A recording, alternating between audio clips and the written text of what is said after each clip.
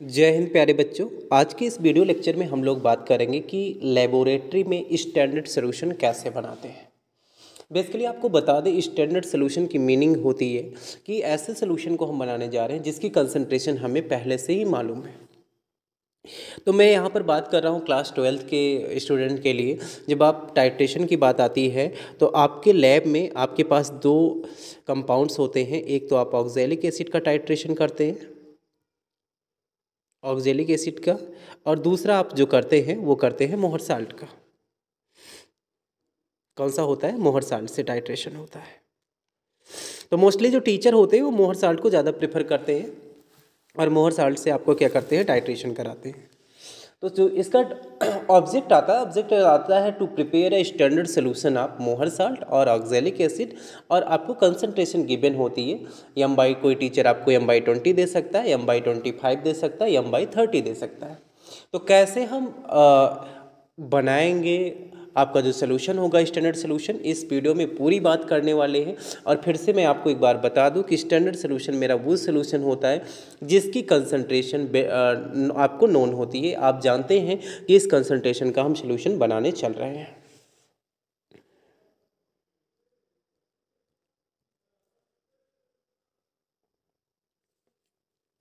तो यहाँ पर मैं आपसे बात करता हूँ कि अगर आपके पास आपके जो टीचर्स हैं आपको बोलते हैं कि आपको क्या करना है, एम बाई 20 बनाना है, जो कंसंट्रेशन आप लेंगे वो क्या लेंगे? एम बाई 20 बनाएंगे। तो एम बाई 20 आपका है क्या? पहले ये समझिए, एम हमारा रिप्रेजेंट करता है कंसंट्रेशन ऑफ सोल्यूशन और एम हमारा होता है क्या? मोलरिटी होता है। तो एम बाई 20 का सेंस ये हो गया कि आपको जो मोलरिटी की वैल्यू दी जा रही है 1/20 है। अब एक बात ध्यान में रखना, जब अगर आपको एम बाई 25 दिया जाता है, एम बाई 30 दिया जाता है, एम बाई 35 दिया जाता है, तो उसका मीनिंग क्या करना है? आपको मोलरिटी की वैल्यू उसी के अकॉर्डिंग फिक्स कर लेना है। अगर एम बाई 25 दिया गया है तो वहाँ पर एम की जो वैल्यू हो जाएगी क्या हो जाएगी? 1/25 हो जाएगी। ठीक है, तो उसके लिए आपको कन्फ्यूज़ नहीं होना है। क्या कुछ भी मिलेगा आपको उसी डाटा के अकॉर्डिंग आपको क्या कर लेना है? कैलकुलेशन कर लेना है। तो हम लोग किसका सलूशन बनाने चल रहे हैं? मोहर साल्ट का सलूशन बनाने चल रहे हैं। देखिए, सबसे पहले हमारा क्या आना चाहिए?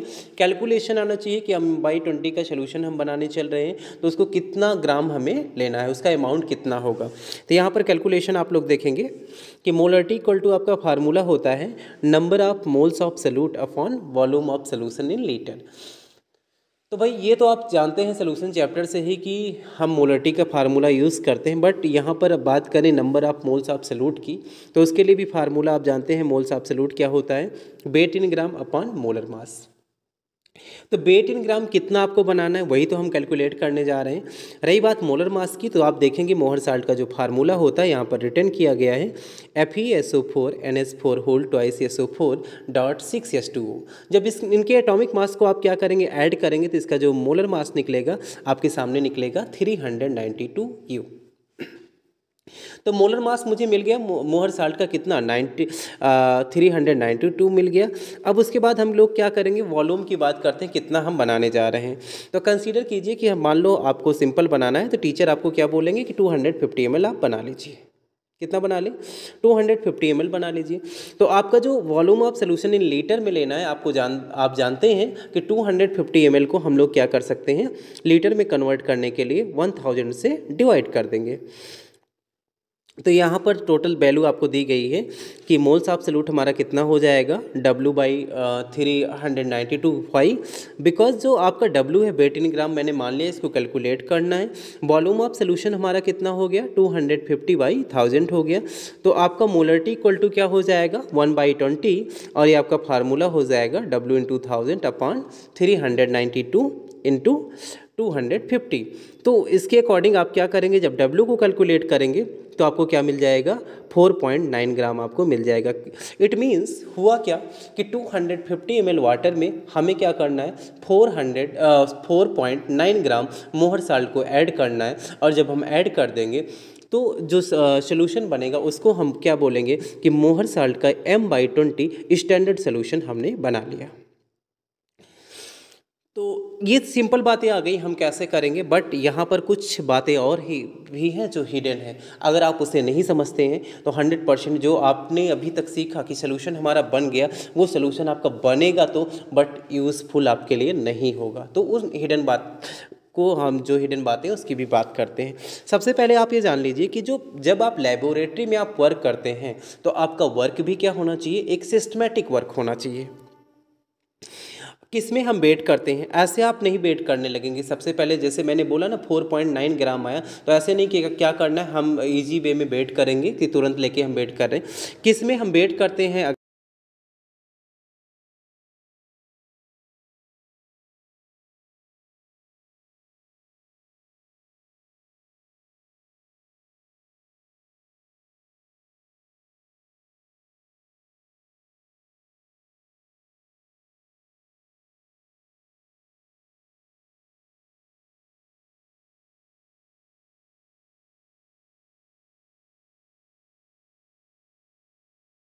मैं जो वर्क कर रहा हूँ डिजिटल बैलेंस पे वर्क कर रहा हूँ, वो आपको क्या मिल जाएगा, उसका बेट मिल जाएगा कि बेंग ट्यूब का बेट क्या है। उसके बाद हमारा फेरस अमोनियम सल्फेट का क्या बेट है, और दोनों को हम क्या करेंगे, ऐड करके दोनों का बेट ले लेंगे। दो तरीके हमारे पास। अगर हम क्या कर रहे हैं, जो हमारी केमिकल बैलेंस है जो पहले मैनुअल होती थी, अगर उसका यूज़ कर रहे हैं तब तो ये हमें ऐड करना पड़ेगा। अगर हम डिजिटल बैलेंस का यूज़ कर रहे हैं तो इसका वर्क हमें नहीं करना पड़ेगा। आइए हम बात करते हैं कैसे हम बेट करेंगे और कैसे फाइंड आउट कर सकते हैं।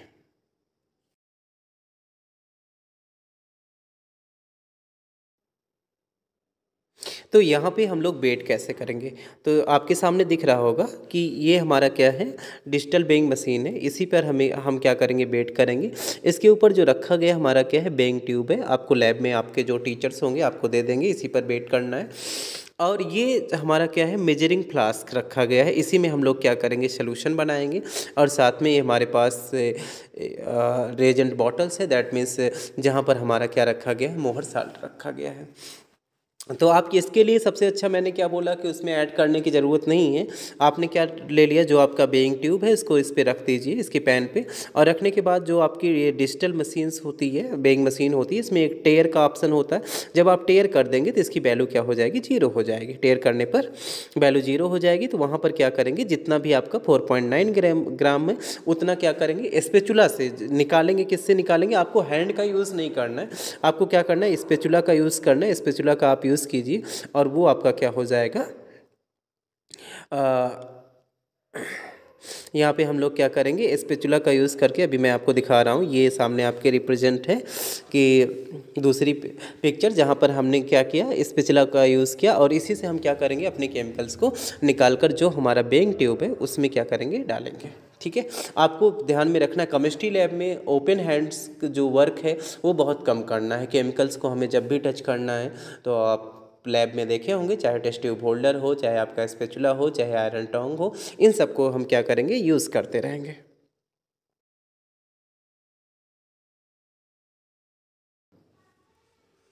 तो हम लोग क्या करते हैं, बेट कर लेंगे ऐसे सिंपल वे में, आपको कोई भी प्रॉब्लम्स नहीं आएगी। अब उसके बाद क्या करना है, जो भी आपके पास मोहर साल्ट आपका है 4.9 ग्राम है, इसको क्या करना है, इसको हमें लेना है मेजरिंग फ्लास्क में लेना है। और उसके बाद हमें क्या कर देना है, वाटर ऐड कर देना। अब यहाँ पर सबसे इंपॉर्टेंट थिंग्स आपको समझनी है। अगर आप इसे नहीं समझे तो आपका जो जितना भी अभी आपने वर्क किया वो सब आपका क्या हो जाएगा, वेस्ट हो जाएगा, बेकार हो जाएगा। देखिए जैसे यहाँ पर ये है और मैंने क्या कर दिया, इसमें वाटर ऐड कर दिया। यहाँ पर आप देखेंगे तो आपके पास जब होगा तो यहाँ पर साइन मार्क होगा 250 ml का, क्योंकि हम लोग सोल्यूशन भी बना रहे हैं, किसको, 250 ml का बना रहे हैं। अगर ऐसा आप करते हैं, वाटर डायरेक्टली ऐड करते हैं, तो हो क्या जाएगा, देखेंगे यहाँ पे ये मेरा सोल्यूशन बन के कम्प्लीट हो गया। इसका कलर आप देखिए तो लाइट रेडिश है। अभी मैंने जस्ट बनाया और रेडी किया कि हाँ ठीक है, तुरंत मैं दिखा दे रहा हूँ। जैसे थोड़ा टाइम और इसको आप क्या करेंगे, एक्सपेंड करेंगे, थोड़ा सा टाइम और निकलेगा, वैसे वैसे क्या हो जाएगा, यहाँ पर इसका कलर डार्क रेडिश ब्राउन की तरफ क्या होने लगेगा, चेंज होने लगेगा। इसका मीनिंग आपको समझना है कि यहाँ पर क्या हो जाता है, हाइड्रोलिसिस हो जाता है। यहाँ पर क्या हो जाता है, अगर आप डायरेक्टली कर रहे हैं तो यहाँ पर इसका हाइड्रोलिसिस हो जाता है। अब इस हाइड्रोलिसिस को प्रिवेंट करने के लिए, जो आपका मोहर साल्ट था हाइड्रोलिसिस उसका हो रहा था, उसको प्रिवेंट करने के लिए हमें क्या करने की ज़रूरत है। तो जब भी आप सोल्यूशन बनाने जा रहे हैं, आप क्या करेंगे, जब आप मोहर साल्ट 1 सेकेंड, जब आप मोहर साल्ट को क्या कर लेंगे, बेट कर लेंगे, दैट मीन्स 4.9 ग्राम आपका क्या हो जाएगा, मोहर साल्ट का बेट आपका आ जाएगा। तो आप क्या करेंगे, जब उस साल्ट को मेजरिंग फ्लास्क में ऐड करेंगे, तो अब आपको क्या करना है, यहाँ पर पहले वाटर को ऐड नहीं करना, इस बात को अपने माइंड में सेट कर लीजिए। यहाँ पर हम क्या ऐड करेंगे, देखिए यहाँ पर मैं लेकर आ रहा हूँ H2SO4 लेकर आ रहा हूँ। आपको क्या करना है, डाइल्यूट H2SO4 यूज़ करना है। क्या यूज़ करेंगे, डाइल्यूट H2SO4 यूज़ करेंगे। डाइल्यूट H2SO4 हम किस लिए यूज़ करते हैं, बिकॉज ये डाइल्यूट H2SO4 हमारा क्या करता है, हाइड्रोलिसिस को प्रिवेंट करता है। जो भी आप सोल्यूशन बना रहे हैं, जो मैंने अभी दिखाया कि उसका हाइड्रोलिसिस हो गया और आपका वो रेडिश ब्राउन कलर में क्या हो जा रहा था, चेंज हो जा रहा था, उसको रोकने के लिए हम क्या कर रहे हैं, डाइल्यूट H2SO4 का यूज़ करेंगे। नियर अबाउट आप क्या कर दीजिए, अपने जो आपका मेजरिंग फ्लास्क है उसमें 15 ml आप ऐड कर दीजिए H2SO4। उसके बाद क्या करेंगे, जब आपने 15 ml H2SO4 यूज़ कर देंगे, यहाँ पर मैं आपको दिखा रहा हूँ कि जो भी हमारे पास रेजेंट बॉटल्स है और हमने क्या कर दिया, 15 ml यहाँ पर ऐड कर दिया है। तो ऐड करने के बाद उसके बाद जब हम सोल्यूशन बनाते हैं तो आप देखेंगे जो मोहर साल्ट का आपका सोल्यूशन बनेगा वो आपका क्या बनेगा, ट्रांसपेरेंट बनेगा। यही सोल्यूशन आपका क्या है, करेक्ट सोल्यूशन है। अगर ऐसा सोल्यूशन आपका बन रहा है तभी आपको क्या करना है, टाइट्रेशन पे जाना है। अगर वहाँ पर क्या आने लगा, रेडिश ब्राउन कलर आने लगा, तो इसका मतलब आप ये समझ लीजिए कि आपका जो सोल्यूशन बना है वो आपका करेक्ट सोल्यूशन नहीं है, और अगर उसका टाइट्रेशन करेंगे तो आपको करेक्ट रिजल्ट भी मिलने वाला नहीं है। तो लास्ट तक आपको ये समझना होगा कि ये सोल्यूशन, देखिए लास्ट में मैंने आपको एक पिक्चर दी कि यहाँ पर सोल्यूशन देखिए हमारा टोटली क्या दिखने वाला है, ट्रांसपेरेंट दिखेगा। ये सोल्यूशन हमारा कंप्लीट है और यहाँ पर देखिए स्केल बनी हुई है। तो सबसे पहले हमें क्या करना था, सबसे पहले बेट करना था, और बेट करने के लिए हमें कैलकुलेशन करना, मैंने आपको बताया कैसे आप कैलकुलेट करेंगे। उसके बाद सोल्यूशन हम किस में बनाएंगे, मेजरिंग फ्लास्क का यूज़ करेंगे, उसमें बनाना है। और जब भी आप साल्ट यूज़ करेंगे तो उसमें सबसे पहले क्या डालेंगे, 15 ml आप H2SO4 यूज़ कर लेंगे, अदरवाइज़ आपका जो सोल्यूशन होगा वो आपका बेस्ट हो जाएगा और उसकी हाइड्रोलिसिस हो जाएगी। तो आई होप ये वीडियो आपको समझ में आई होगी, और साथ में हमारे चैनल पे बने रहें। आपको किसी भी टॉपिक का नोट चाहिए तो आप ज्ञान एकेडमी musafirkhana.in पर लॉगिन कर सकते हैं। वहाँ पर आपको advance e notes and E content में प्रैक्टिकल से रिलेटेड और आपके टॉपिक से रिलेटेड नोट्स और वीडियो दी गई हैं। Thank you for watching.